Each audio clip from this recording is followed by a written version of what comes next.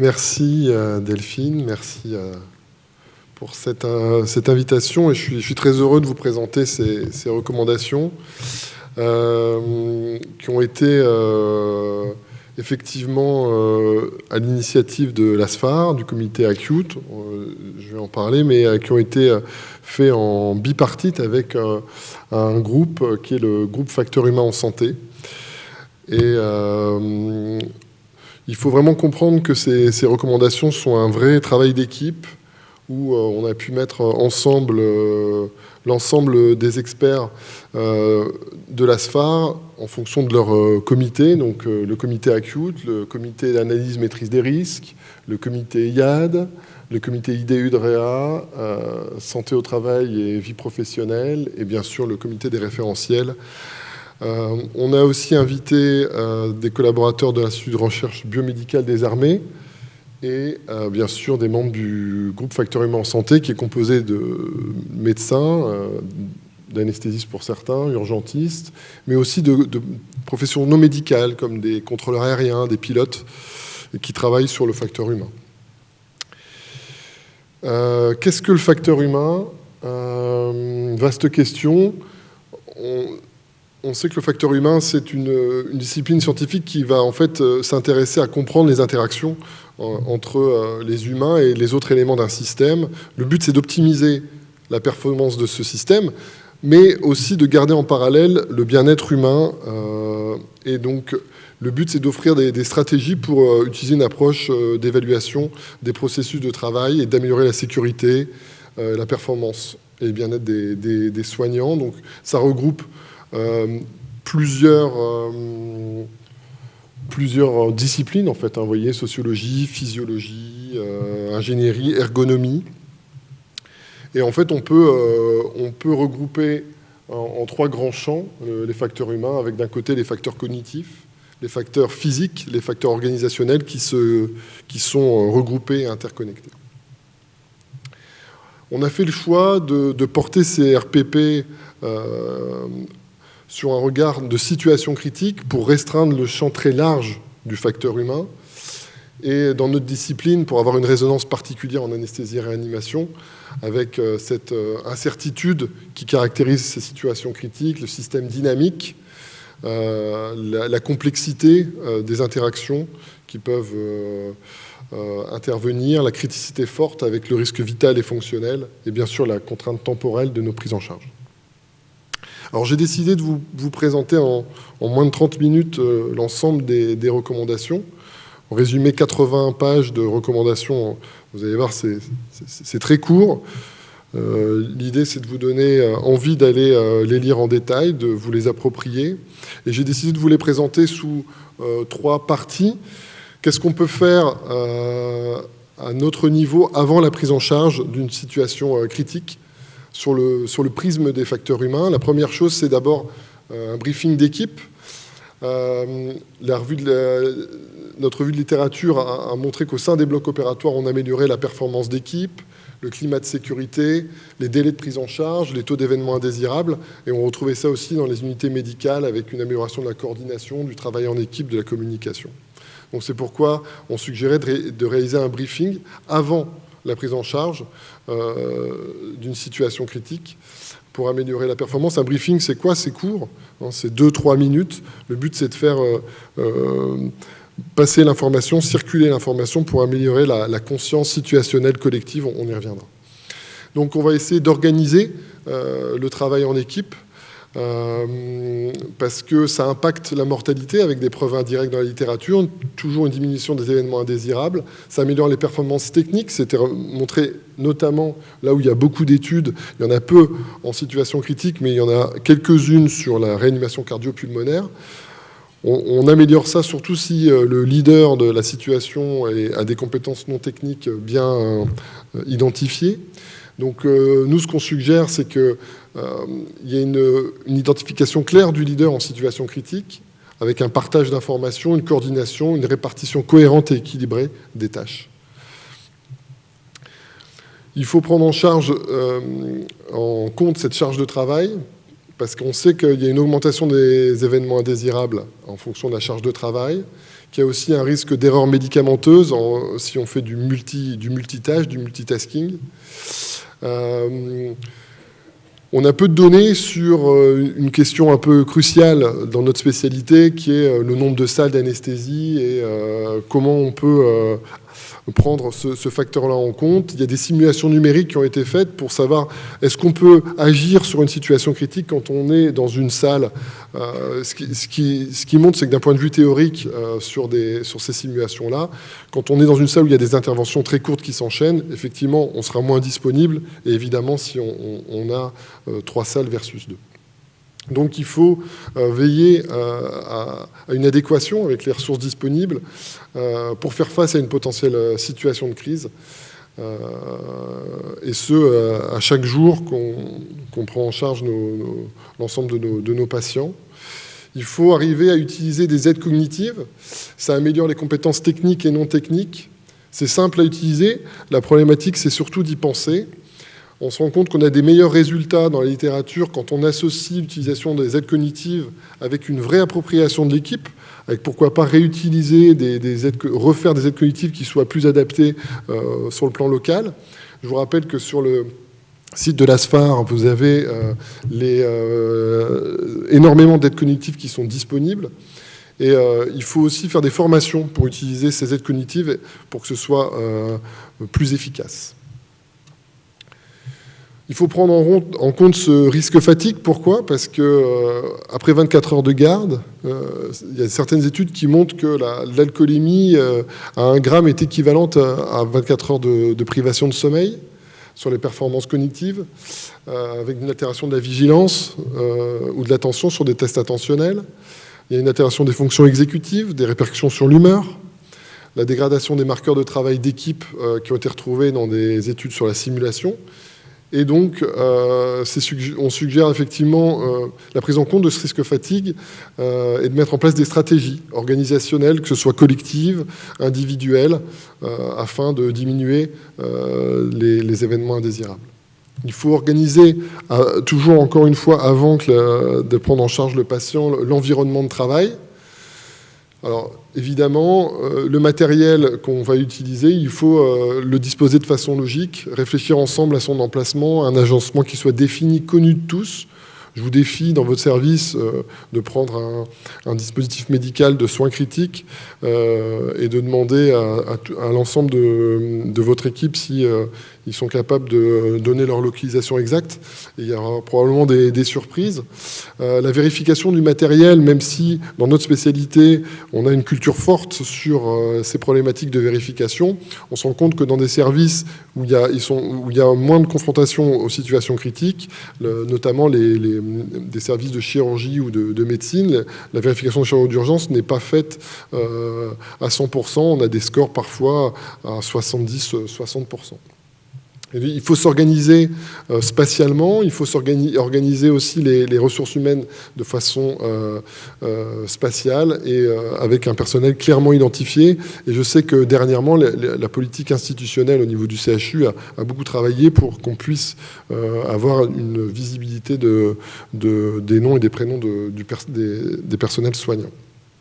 Alors, pendant la prise en charge, quels sont les éléments à prendre en compte sur le prisme des facteurs humains? Alors, il y a évidemment toute la prise en charge technique que vous allez mettre en œuvre, mais il y a probablement 2 ou 3 points sur lesquels il faudra être vigilant. Quand on regarde les événements indésirables graves déclarés HAS 2020, on voit que sur les facteurs liés à l'équipe, c'est bien la communication entre professionnels qui est défaillante dans la plupart du temps. Et donc, il faudra optimiser cette communication. Il faudra parler le même langage. Alors, il existe plusieurs méthodes. Ici, un petit ouvrage que je vous conseille de lire, qui est très simple et qui synthétise bien les problématiques, de définir l'objectif de votre message, d'être précis, d'être concis, d'être exhaustif, de personnaliser le contact, de situer, de temporaliser, d'utiliser des verbes précis, faire attention aux unités qu'on utilise, éviter les acronymes, toutes ces choses qui vont faire en sorte qu'on se comprend, de fermer la boucle de communication sur des messages qui sont des messages de haute importance. L'expéditeur va envoyer le message, le destinataire va accepter le message et va confirmer le message et l'expéditeur va vérifier que le message a bien été reçu. La boucle est ainsi fermée. Il faut aussi parfois, dans certaines situations, oser dire les choses avec assertivité, de façon bienveillante et claire, décrire, exprimer, suggérer, puis conclure, notamment avec la méthode DESC. On peut utiliser aussi des outils standardisés comme la méthode SAED ou des méthodes de vérification croisée. Donc, on suggère de façon globale d'utiliser une communication sécurisée et standardisée pour améliorer la morbimortalité. Je vais vous parler aussi un peu de conscience de la situation. C'est un concept assez intéressant ici qui est présenté sous un concept plutôt linéaire. C'est-à-dire que pour pouvoir exécuter une action, il faut prendre la décision d'exécuter cette action, mais avant de prendre la décision, il faut avoir conscience de la situation. Avoir conscience de la situation, en fait, pour avoir réellement conscience de la situation, il faut atteindre les 3 niveaux de la conscience de la situation. C'est d'abord de percevoir les informations qu'il y a dans notre environnement, ensuite de les comprendre, puis anticiper l'état futur. Et donc, quand on est arrivé à avoir les 3 niveaux de la conscience de la situation, on peut mettre en place un processus décisionnel. Et il faut le mettre en place d'un point de vue individuel et collectif. Les interruptions de tâches, c'est probablement quelque chose qui nous a tous, à un moment donné dans notre exercice, pris en défaut. Elles sont nombreuses, 5 à 20 interruptions par heure, avec des pics parfois toutes les 3 minutes. 63% des interruptions concernant une communication au sein de l'équipe sont utiles aussi à la prise en charge du patient, donc elles ne sont pas toutes néfastes, ces interruptions de tâches. Malheureusement, il y a un risque de saut attentionnel, d'activité multitâche.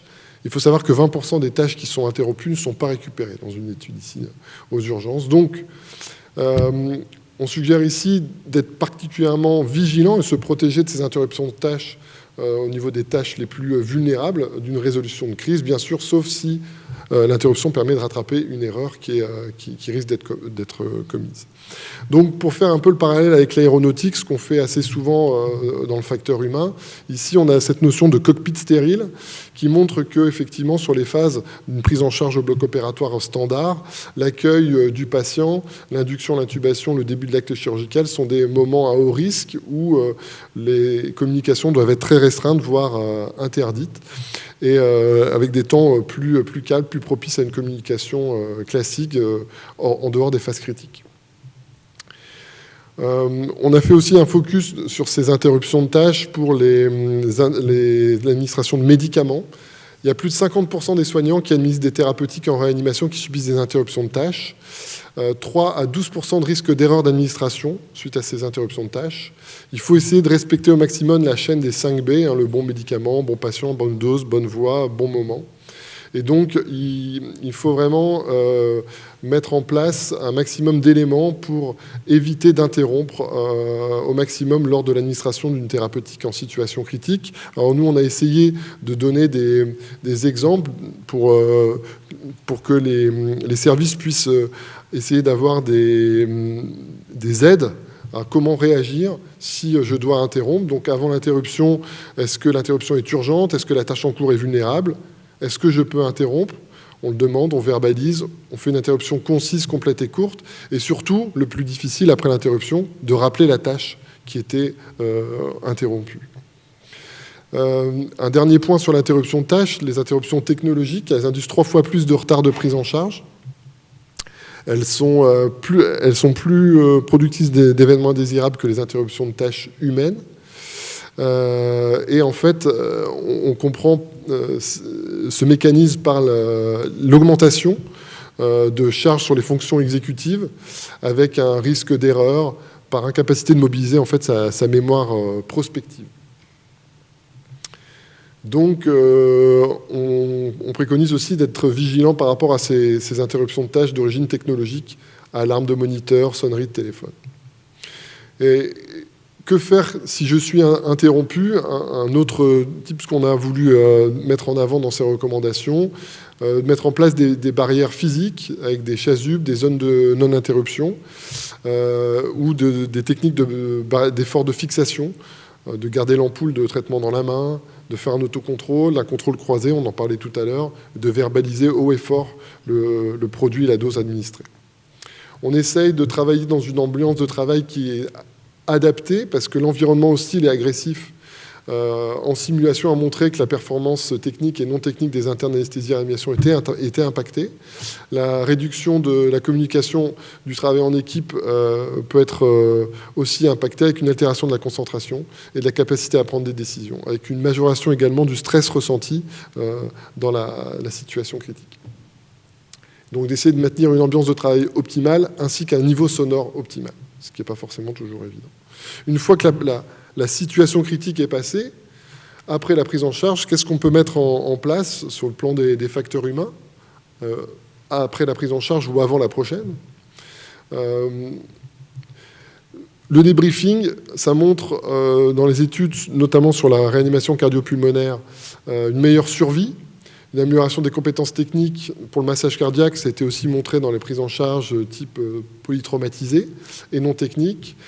À côté de ça, ça prévient aussi le stress post-traumatique des soignants et l'épuisement professionnel.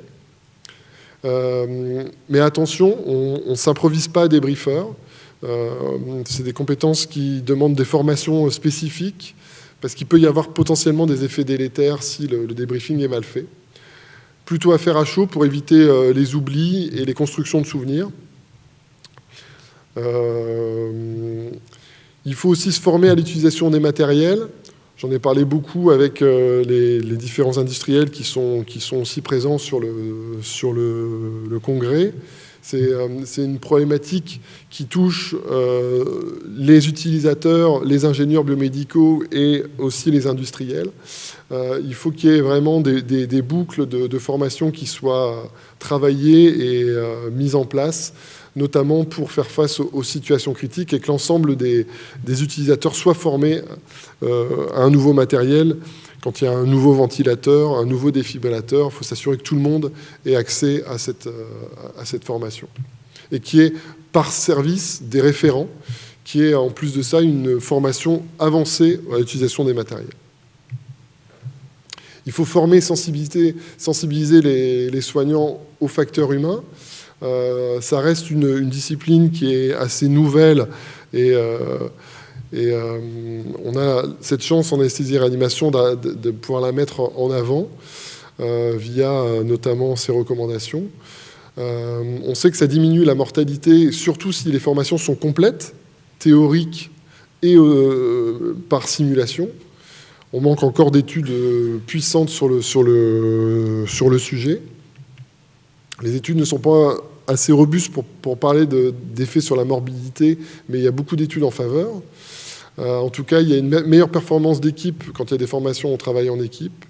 En tout cas, la littérature arrive à montrer que quand il y a des défaillances sur les compétences non techniques, ce sont des causes d'événements indésirables graves liés aux soins. Donc, on peut facilement comprendre que si on travaille ces compétences non techniques via les formations facteurs humains, on peut améliorer et diminuer ces événements indésirables graves. Il faut s'entraîner à la gestion du stress. Effectivement, ce stress qui est perçu comme une perte de la maîtrise de la situation peut avoir des conséquences graves, avec une altération de la capacité des prises de décision, une altération de la communication, du travail en équipe, de la réduction des performances globales des soignants. Il n'y a pas de haut niveau de preuve en situation critique, mais on sait que l'exposition répétitive à un stress et sa gestion inappropriée risque d'épuiser à long terme les soignants. Et donc, il faut probablement mettre en place comme il peut y avoir ces formations-là dans les équipes de l'armée ou dans des équipes qui sont face à des situations critiques en permanence. Ils ont ces formations à la gestion du stress et je pense que ça pourrait effectivement, au vu de la littérature, être bénéfique pour ceux qui travaillent comme nous en situation critique. Il faut limiter l'épuisement professionnel. En fait, tout ce qu'on a vu, tous ces facteurs comme la fatigue physique, mentale, ces demandes psychologiques, ce stress, le morcellement du travail, ces ambiances de travail qui peuvent être parfois délétères, peuvent conduire à l'épuisement professionnel. Le manque d'autonomie au travail, les conflits de valeurs, la perte de sens également, le manque de reconnaissance au travail. Et donc, il faut travailler à limiter ces facteurs d'épuisement parce qu'ils peuvent peut-être améliorer la qualité des soins, ou à l'inverse, la qualité des soins peut aussi peut-être réduire le burn-out. On manque encore d'études sur le sujet. La question reste posée. En tout cas, il faut travailler en ce sens. Il faut développer de façon plus globale la culture sécurité. On n'a évidemment pas d'études spécifiques dans les situations critiques. On a plutôt des marqueurs avec des indicateurs globaux entre la qualité des soins mesurés et le climat de sécurité, avec des études en réanimation qui montrent que les durées de séjour et les mortalités sont corrélées à la perception de prise en charge de qualité et de culture de sécurité des soins. Probablement développer ce qu'on appelle la culture juste. C'est une culture où les agents qui sont en première ligne ne sont pas forcément punis pour leurs actions ou omissions ou décisions lorsqu'elles sont proportionnées à leur expérience ou à leur formation, mais dans laquelle, par contre, les négligences plus graves et les manquements délibérés ne sont pas tolérés. Donc, en conclusion, ces recommandations, vous voyez, sont assez denses. Elles regroupent un large panel de propositions, parfois d'aides, d'implémentation locale. En tout cas, elles permettent de mettre en lumière l'importance des facteurs humains en anesthésie-réanimation. Et on est la première société savante à mettre en avant les facteurs humains dans des recommandations professionnelles. Sur le plan international, on est aussi assez novateur sur le sujet. J'espère que ces recommandations permettront une sensibilisation individuelle pour que le collectif puisse se l'approprier et pour pouvoir mieux travailler avec les institutions pour améliorer la qualité et la sécurité des soins, tout en préservant les soignants. On sait qu'en ce moment, c'est un sujet qui est très, très important. Donc, je remercie l'ensemble des collaborateurs de cette RPP pour leur temps et pour leur aide, et l'ASFAR pour cette mise en avant. Merci.